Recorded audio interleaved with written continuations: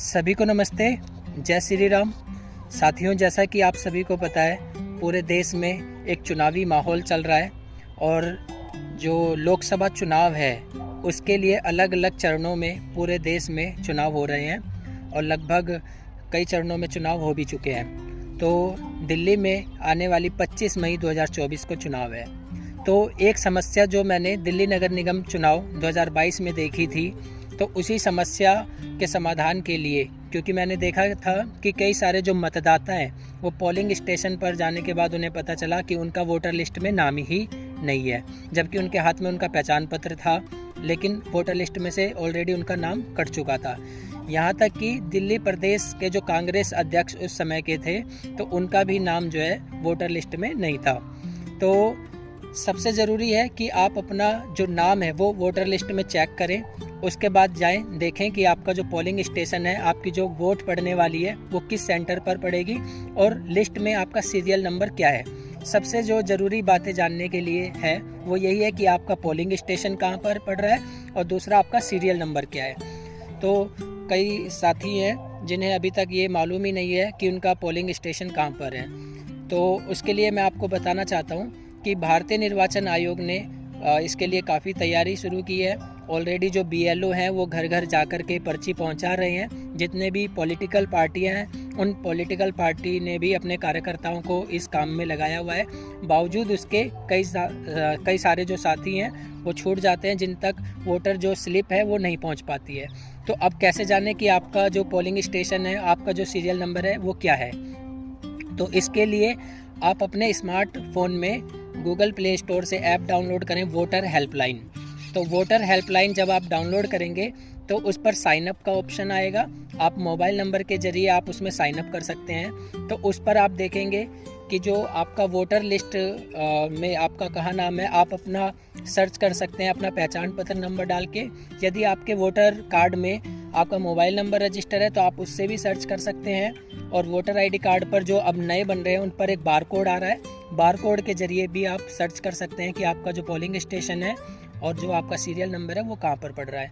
इसके अलावा आप अपनी पर्सनल डिटेल, अपना नाम, पता, उम्र और केयर ऑफ में जो भी नाम है, आप वो सभी डाल करके भी पता कर सकते हैं। तो वोटर हेल्पलाइन में एक ज़बरदस्त अपडेट आई है अभी, जो ऐप है। जितने भी प्रत्याशी चुनाव में खड़े हैं पूरे देश में, तो उनके सामने कौन कौन से कैंडिडेट खड़े हैं, तो उन सभी की डिटेल भी वोटर हेल्पलाइन ऐप पर डाल दी गई है। पहले ये जो जानकारी थी केवल वेबसाइट पर देखी जा सकती थी, अब वोटर हेल्पलाइन ऐप पर आप कई सारे जो फीचर हैं उसे देख सकते हैं। तो इसके अलावा एक ज़रूरी चीज़ और इसमें अपडेट हुई है कि जब भी कोई प्रत्याशी अपना नॉमिनेशन करता है तो उसे जो भारतीय चुनाव आयोग है उसके समक्ष एक एफिडेविट देना होता है, जिस एफिडेविट में उसकी जो चल और अचल संपत्ति है, उसके पास टोटल कितनी संपत्ति है, तो उसका प्रेजेंट जो डाटा है वो देना पड़ता है। और इसके अलावा उसके जो फैमिली मेम्बर हैं जो उस पर डिपेंडेंट हैं वो भी, और जो सेपरेट हैं वो भी, उनके पास कितनी संपत्ति है, कितनी नहीं है, कितने बैंक बैलेंस है और क्या क्या गाड़ी है उनके पास, क्या सोना है। तो ये जो सारी संपत्ति का जो ब्यौरा होता है, ये एक एफिडेविट में भारतीय चुनाव आयोग को प्रत्येक प्रत्याशी को देना पड़ता है।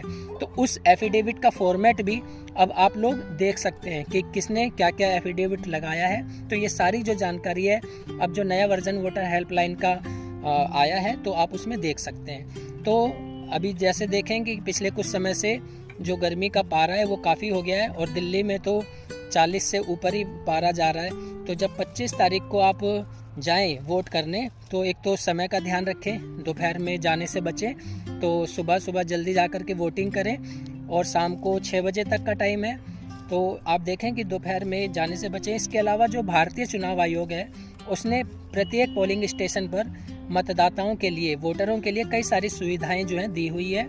जो डिसेबल लोग हैं, जो ओल्ड एज लोग हैं, उनके लिए तो खासकर यहाँ तक कि लाने ले जाने की भी व्यवस्था जो है रैपिडो के साथ एक टाई अप शायद चुनाव आयोग ने किया था इस बार, जैसा कि मैंने पढ़ा था कहीं।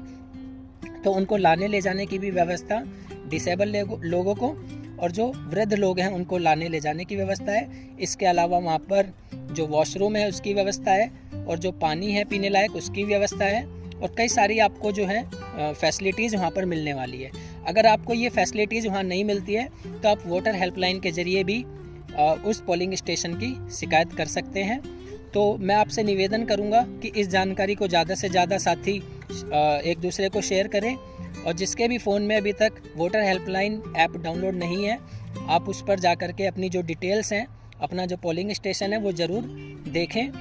होता ही है कि उस दिन हम जब पहुंच जाते हैं वहां पर पोलिंग स्टेशन पर, तो कई सारे साथी हैं जो अपना वोटर हेल्पलाइन हाथ में रखते हैं, और कई सारे जो पार्टी के जो एजेंट लोग बैठे होते हैं उनके यहाँ घूम जाते हैं, लेकिन पता चलता है वहाँ पर उनका जो नाम नहीं है। ऐसे में उनको कई जगह परेशान होना पड़ता है तो लिस्ट में नाम ढूंढने के लिए। तो आप ये तैयारी घर से करके चलें। तो जितने भी युवा साथी हैं जो भी इस वीडियो को देख रहे हैं, वो इस ऐप के माध्यम से अपने पड़ोसी की और जो भी जानकार हैं उनकी मदद करें ज़्यादा से ज़्यादा, जिससे कि उनको लास्ट समय में चुनाव वाले दिन जो होने वाली परेशानी है वो ना हो। तो इस जानकारी को ज़्यादा से ज़्यादा साथी वीडियो को ज़्यादा से ज़्यादा लोगों तक शेयर करें। धन्यवाद।